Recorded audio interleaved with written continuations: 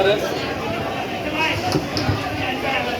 આજે જે ચૂંટણી પંચે જે પણ આયોજન કર્યું એમાં સુનિલભાઈ ચૌહાણ, કાંતિભાઈ સોલિયા અને એની ટીમને મારા વતી, મારા એલપી વતીથી ખૂબ ખૂબ શુભેચ્છા. અને બહુ સારામાં સારું આયોજન કર્યું છે, નિયોજન પણ સારું કર્યું છે.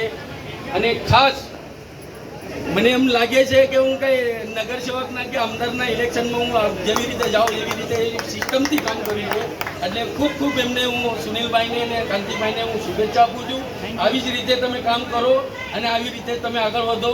જે બી કાંઈ બી તમારીથી સાથ સહકાર હશે તો કહેજો, અમે લોકો સાથ સહકાર તમને આપશું તન મન ધનથી.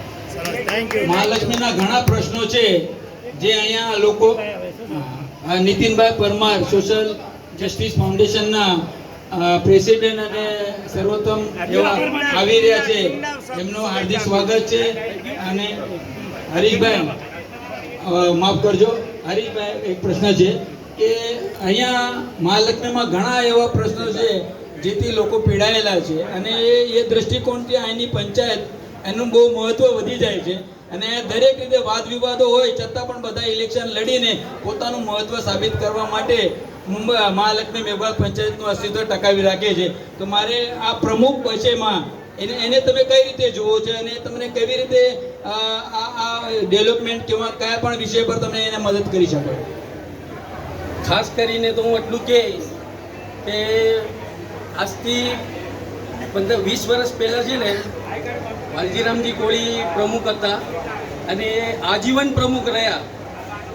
પણ જ્યારથી આ પ્રોજેક્ટ ચાલુ થયો પછી બધીને પ્રમુખનું સ્થાન મળવા માટે અને કરવા માટે આતુરતા થઈ ગયા કે ભાઈ મને પ્રમુખ બનવું છે અને મને કાંઈ હું બિલ્ડર સામે બેસીને કાંઈ બી ચર્ચા કરીશ ને કાંઈ બી લઈ લઈશ. આ એ છે. પહેલાં પ્રમુખ હતા વાલજીભાઈ કોળી અને કોઈની સામે ઊભા નહોતા રહેતા. અને હમણાં હાલમાં જે બી પ્રમુખ ઊભા રહે છે એ કેવી રીતે ઊભા રહે છે. મેં હમણાં જે બી હું તો કે પ્રમુખ છે અને જે બી ચૂંટાઈને આવે એ સારું કામ કરે અને સારી રીતે સમાજને આગળ વધારે. અને જેવી રીતે હમણાં અરુભાઈએ વાત કરી છે કે પ્રમુખ જે પણ આવે એ આગળ જાઓ, આપણે જે મુખ્યમંત્રી છે એમની સાથે ચર્ચા વિચારણા કરો અને આપણો ક્યાં આગળ ફાયદો થાય છે સમાજને એ તમે કહો. એવી જ રીતે મારા 2 શબ્દ પૂરા કરું છું. જય હિન્દ, જય મેઘવાળ, જય મહારાષ્ટ્ર, જય રામાપીર. થેન્ક યુ, ધન્યવાદ, ધન્યવાદ, ધન્યવાદ. Thank you sir.